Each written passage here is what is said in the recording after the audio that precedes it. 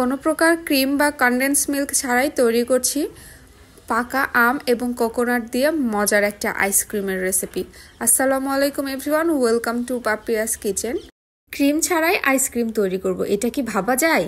এত মজার হয়েছিল এই ম্যাঙ্গো কোকোনাট আইসক্রিমটা, কি বলবো, মনে হচ্ছিল দোকান থেকে কিনে নিয়ে এসেছি। তো দেখতেও কিন্তু মাশাআল্লাহ অনেক দারুণ লাগছে। তো চলুন দেখে নিই পুরো রেসিপি। প্রথমে আইসক্রিমটা তৈরির জন্য এখানে আমি হালকা কচি ডাবের শাঁস নিয়েছি।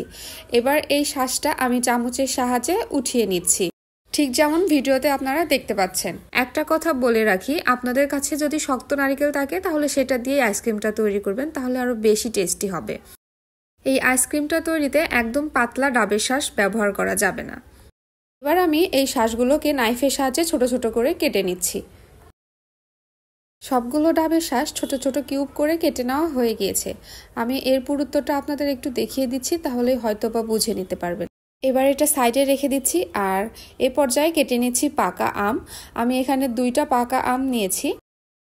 এবারে এই আমগুলোকে আমি ছোট ছোট কিউব আকারে কেটে নিচ্ছি।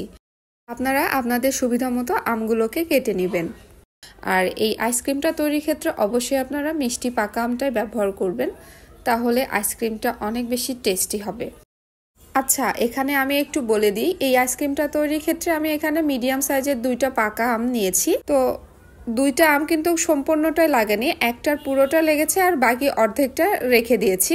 এবার কিউব করে সেই কেটে রাখা আমগুলো আমি মিক্সিং জারে নিয়ে নিচ্ছি। এরপর দিয়ে দিচ্ছি সেই কেটে রাখা নারিকেলগুলো।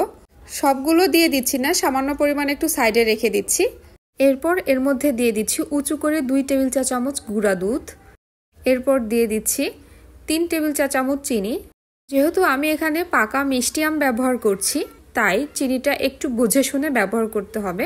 তারপর দিয়ে দিচ্ছি 3 টেবিল চা চামচ একটু লিকুইড মিল্ক, আর দিয়ে দিলাম 4 থেকে 5টা কাজু বাদাম।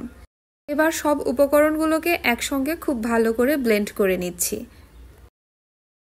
এখানে আর কিছু অ্যাড করার প্রয়োজন নেই, জাস্ট এই কয়টা উপকরণকেই ভালোভাবে ব্লেন্ড করে একটা স্মুথ পেস্ট তৈরি করে নিতে হবে।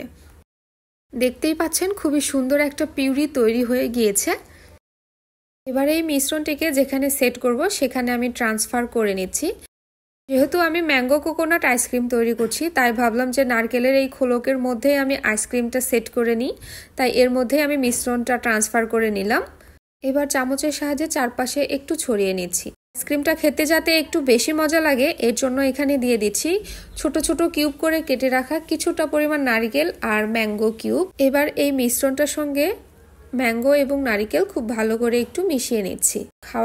আইসক্রিমটা খাওয়ার সময় যখন এই ছোট ছোট কিউব এবং নারকেলের দানাটা দাঁতে নিচে পড়বে, খেতে অনেক মজা লাগবে। এটা একদমই অপশনাল, আপনারা চাইলে নাও দিতে পারেন। সো আমার আইসক্রিমের এই মিশ্রণটা একদম রেডি। এবার উপর থেকে একটু গার্নিশিংয়ের জন্য আমি কাঠবাদাম এবং পেস্তা বাদাম কুচি দিয়ে একটু সাজিয়ে নিয়েছি। আপনারা এখানে যে কোনো ড্রাই ফ্রুটস অ্যাড করে নিতে পারেন। এবার পলি দিয়ে এটা র্যাপিং করে আইসক্রিমটা সেট হওয়ার জন্য রেখে দিচ্ছি ডিপ ফ্রিজে 4 থেকে 5 ঘন্টার জন্য। প্রায় 5 ঘন্টা পর আমি বের করে নিয়ে চলে এসেছি। দেখতেই পাচ্ছেন আইসক্রিমটা খুব সুন্দরভাবে সেট হয়ে গিয়েছে। এবার একটা চামচের সাহায্যে আইসক্রিম উঠিয়ে নিচ্ছি। এটার টেক্সচারটা আপনারা আশা করছি বুঝতে পারছেন, একদমই বরফ জমে শক্ত হয়ে যায়নি, কতটা সফট রয়েছে, তাও আবার কোনো প্রকার ক্রিম বা কনডেন্স মিল্ক ছাড়াই। উপর থেকে কিছু পেস্তা বাদাম কুচি দিয়ে দিচ্ছি, দেখতে আরও আকর্ষণীয় লাগবে। এটা যে শুধু দেখতেই সুন্দর লাগছে কিন্তু তা না, খেতেও আলহামদুলিল্লাহ বেশ মজার ছিল। দেখলেন তো কত সহজেই তৈরি হয়ে গেল ম্যাঙ্গো কোকোনাট আইসক্রিম। আশা করছি রেসিপিটা আপনাদের কাছে ভালো লেগেছে। রেসিপি ভালো লাগলে ভিডিওতে অবশ্যই একটি লাইক দিবেন এবং চ্যানেলটি সাবস্ক্রাইব করে পাশে থাকবেন। আজ এখানে বিদায় নিচ্ছি, সবাই অনেক ভালো থাকবেন। আল্লাহ হাফেজ।